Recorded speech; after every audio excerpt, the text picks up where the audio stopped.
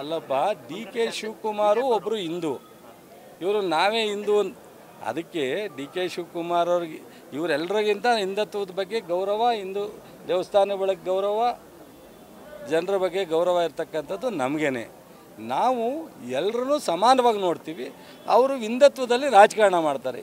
ನಾವು ಹಿಂದುತ್ವಕ್ಕೆ ಗೌರವ ಇದೆ, ಬಟ್ ಅದರ ರಾಜಕಾರಣವನ್ನು ಯಾವುದೇ ಕಮ್ಯುನಿಟಿ, ಯಾವುದೇ ಧರ್ಮ, ಯಾವುದೇ ಸಂಸ್ಥೆ ಇಟ್ಕೊಂಡು ನಾವು ರಾಜಕಾರಣ ಮಾಡೋದು.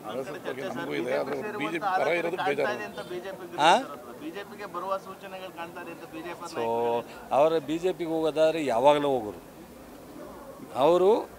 ಈಗ ನಾನು ಒಮ್ಮೆ ಬಿ ಜೆ ಪಿಲೂ ಒಳ್ಳೆಯ ಸ್ನೇಹಿತರೆ, ಗೌರವವಾಗಿ ಕೆಲವು ಜೊತೆ ಸ್ನೇಹ ಇದೆ. ಹಂಗಂದ ಕ್ಷಣಕ್ಕೆ ಪಕ್ಷದ ಡಿ ಕೆ ಶಿವಕುಮಾರು ಕಾಂಗ್ರೆಸ್ನಲ್ಲಿ ಗಟ್ಟಿಯಾದಂಥ ನೆಲೆಯನ್ನು ಕಂಡುಕೊಂಡಿರ್ತಕ್ಕಂಥದ್ದು. ಡಿ ಕೆ ಶಿವಕುಮಾರ್ ಯಾಕೆ ಹೋಗ್ತಾರೆ? ಡಿ ಕೆ ಶಿವಕುಮಾರ್ ಅವರಿಗೆ ಇಡೀ ರಾಷ್ಟ್ರದಲ್ಲಿ ಇವತ್ತು ಅಧ್ಯಕ್ಷರಾಗಿ ಯಶಸ್ವಿಯಾಗಿ ಇಡೀ ರಾಷ್ಟ್ರದ ಎಲ್ಲ ರಾಜ್ಯಗಳ ಅಧ್ಯಕ್ಷರಿಗಿಂತ ಉತ್ತಮವಾದಂಥ ಕೆಲಸ ಮಾಡಿದ್ದಾರೆ ಅನ್ನೋ ಪ್ರಶಂಸೆ ಇದೆ. ಅವ್ರು ಯಾಕೆ ಈಗ ಸಂದರ್ಭ ಬಂದಾಗ ಆಗುತ್ತೆ ಬಿಡ್ರಿ. ಅದಕ್ಕೆ ACC ಅವ್ರ ತೀರ್ಮಾನ ನಮ್ಮ ಪಕ್ಷದಲ್ಲಿ, ಅದನ್ನು ಪಕ್ಷ ರಾಹುಲ್ ಗಾಂಧಿಯವರು, ಖರ್ಗೆ ಅವರು, ವೇಣುಗೋಪಾಲ್ ಅವರು, ಸುರ್ಜೇವಾಲಾ ತೀರ್ಮಾನ ಮಾಡ್ತಾರೆ. ಅನಾವಶ್ಯಕವಾಗಿ ನೀವು ಅದೇ ಬಿ ಜೆ ಪಿಯವರ ತೀರ್ಮಾನ ಮಾಡೋರು ಅಥವಾ ಮೀಡಿಯಾದವರ ತೀರ್ಮಾನ ಮಾಡೋರು ಕಾಂಗ್ರೆಸ್ ಹೈಕಮಾಂಡು.